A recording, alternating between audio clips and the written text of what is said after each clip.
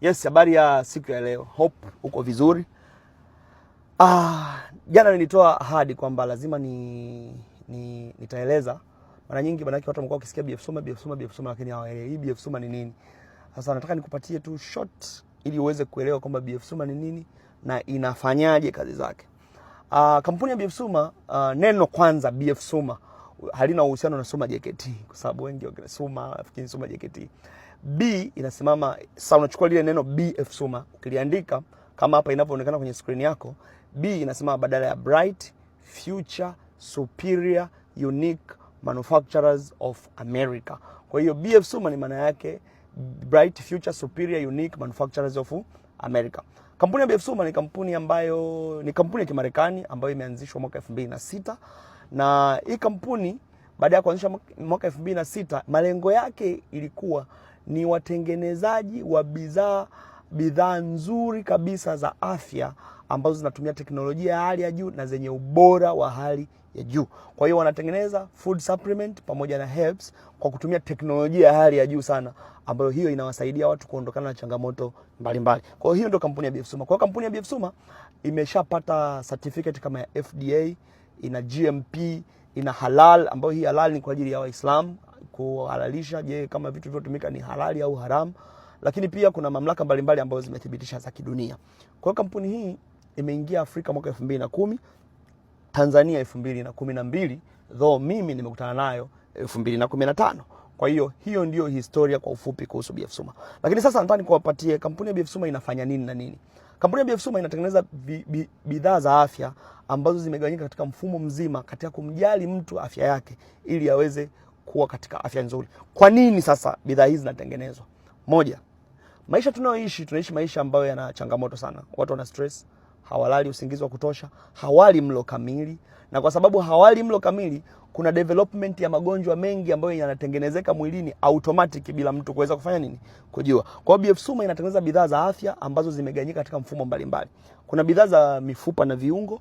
Kwa hiyo mtu anayekosa virutubisho vya mifupa na viungo au mtu mwenye changamoto za mifupa na viungo ana uwezo wa kutumia hizi bidhaa na zikamsaidia kabisa kwenye changamoto alionayo, kwa sababu anahitaji kinga kuliko tiba, na atakapotumia itakuwa imemsaidia.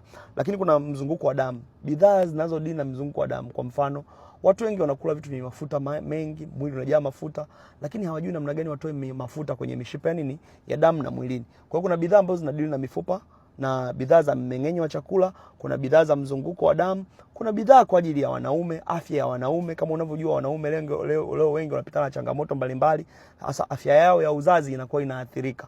Kuna wale wanaume ambao wanapoteza hamu kwa sababu tu ya afya imeathirika. Kuna wanaume wale ambao wanapata tezi dume, enlargement of prostate, na kuna wale wanawake ambao homoni zinakuwa zimevurugika, na kuna watu wengi ambao wanakutana changamoto mbalimbali za kiafya. Kwa hiyo BF Suma inatengeneza solution kwenye haya matatizo. Lakini sio hivyo tu, pia kuna bidhaa kwa ajili ya watoto. Watoto wengi wanakosa virutubisho, kwa hiyo virutubisho hivi vinakuwepo kwa ajili ya watoto specific. Hasa kampuni ya BF Suma inauangalia afya ya mwanadamu kwa kujali kila sehemu ya mwanadamu ili iweze kucover kila sehemu. Lakini hiyo ni sehemu ya kwanza. Sehemu ya pili sasa, BF Suma ni fursa, ambayo fursa hii sasa ina uwezo wa kumpatia mtu, tunaposema fursa ni kwamba ni opportunity ambayo mtu anapata ili imsaidie katika mambo yake mbalimbali, hasa swala zima la kupambana na swala zima la kiuchumi. Kwa hiyo biashara ya kampuni ya BF Suma inafanyika kwa kutumia biashara ya njia ya mtandao. Sasa nikisema njia ya mtandao, watu wengi wanafikiri labda kuposti mtandaoni ndio kila kitu, lakini si kweli. Mtandao unajenga timu ya mauzo, ambayo timu hiyo ya mauzo inapouza unapata commission kulingana na ukubwa wa timu yako na sales ulizozifanya kwa mwezi. Hapo naomba nieleze vizuri. Biashara ya mtandao ni mfumo wa usambazaji wa bidhaa kwa kupitia mfumo wa moja kwa moja au mapendekezo. Mimi ninapendekeza baadhi ya watu, wale watu najenga kwenye organization timu yangu. Baada ya hao tukisupply kwa pamoja, tunatengeneza sales kwa mwezi. Kampuni inanipatia mimi commission pamoja na zawadi mbalimbali ambazo inanipatia ili kunimotivate niendelee kutangaza bidhaa zao, niendelee kudili na mambo ya mauzo ambayo kampuni husika haidili na hayo husika. Kwa hiyo kampuni ya BF Suma pia na yenyewe haifanyi matangazo, haidili na mauzo moja kwa moja. Kwa hiyo sisi kama distributors ndio tunafanya hizo kazi, lakini sisi tunalipo commission mwisho wa mwezi na zawadi mbalimbali ambazo tunapewa. Kwa hiyo hapa unaweza kaitumia fursa ya kupata kipato cha kila siku. Kila ukichukua bidhaa ukiuza unapata faida, unakuwa umejipatia nini? Kipato. Lakini pia ukiuza zile bidhaa zako wewe na timu yako, sales organization yako, kwa mwezi itakusaidia ili uweze kupata commission. Lakini si hivyo tu, kuna zawadi mbalimbali. Kwa sasa nakwenda kuelezea faida 6 utakazozipata kwa kufanya kazi pamoja na kampuni ya BF Suma. Faida ya kwanza ni faida ya rejareja. Nimeshasema kwamba kila ukiuza bidhaa unapata faida. Sasa bidhaa ziko zaidi ya 50 tofauti tofauti.